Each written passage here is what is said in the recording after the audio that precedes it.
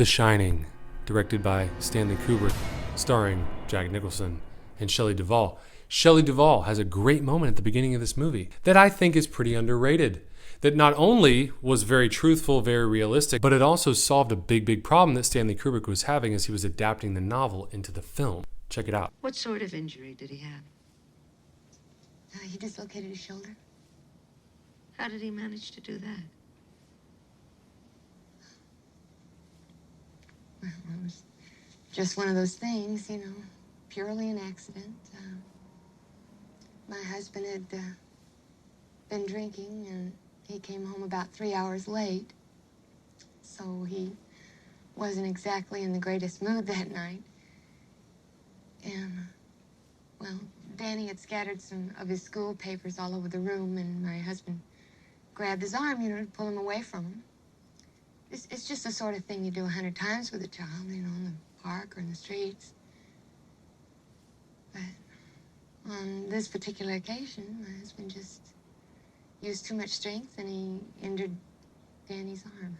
This is a great writing example of exposition versus exposure. Exposition is, of course, delivering some information, some much needed information to the audience. Exposure is similar, but the difference is all of the behavior and colors and the composition and the sound and the framing and everything that you're seeing the characters do is exposing you to the facts, the given circumstances of the story. Why is this a little bit better than just simply words? Because an ounce of behavior is worth a pound of words. Actions speak louder than words. Behavior is much more enriched and concentrated in value than words alone. Stanley Kubrick said this: the most important thing that Diane Johnson and I did, Diane Johnson co-wrote the screenplay with Stanley Kubrick, was to change the ending, to shift the emphasis along the lines you've just described in terms of things like Jack's father and the family background. In the film, a few clues almost do the same thing. This is that scene. When Wendy tells the doctor about how Jack broke Danny's arm, you can tell she's putting a very good face on the way she tells it, but you realize that something horrible must have happened. When you watch this scene, can't you tell that she is putting on a brave face? That there's more to the story, that maybe she's not being fully truthful? What does that do? It's not just lines, it's behavior.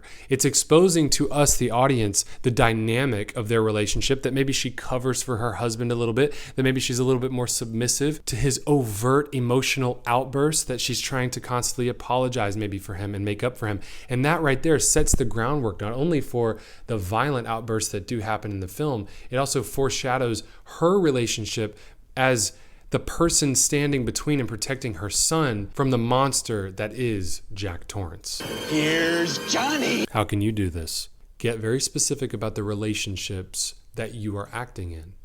Then, once you have the specificity of the details of that relationship dynamic, make it very real to yourself in the way that you connect yourself to that relationship. Then, focus on what you do in the scene and why.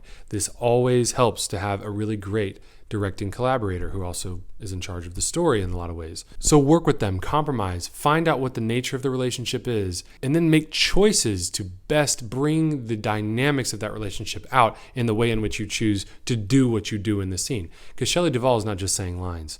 The behavior that she has based on her choices that bring out her actor's faith, her ability to believe, and working with Kubrick actually help expose to us the values within this film.